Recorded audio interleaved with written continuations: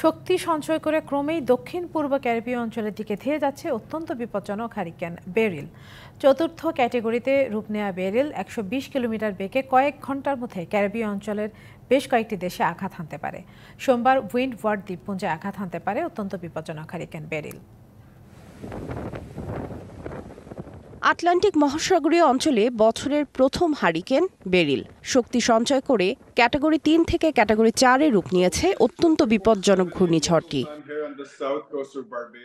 নগদের কাছে সব গ্রাহকই প্রিয়, তাই তো সারা দেশে ক্যাশ আউট চার্জ সবচেয়ে কম। সোমবার উইন্ডওয়ার্ড দ্বীপপুঞ্জে হারিকেন বেরিলের অগ্রভাগ আঘাত হানতে শুরু করতে পারে বলে পূর্বাভাসে জানানো হয়েছে।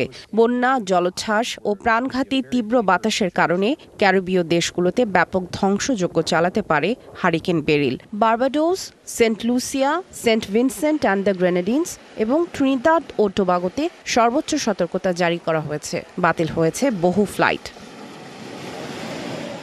এরই মধ্যে বাসিন্দাদের সতর্ক করেছেন কর্মকর্তারা। কয়েক জায়গায় স্কুল বন্ধ ঘোষণা করা হয়েছে।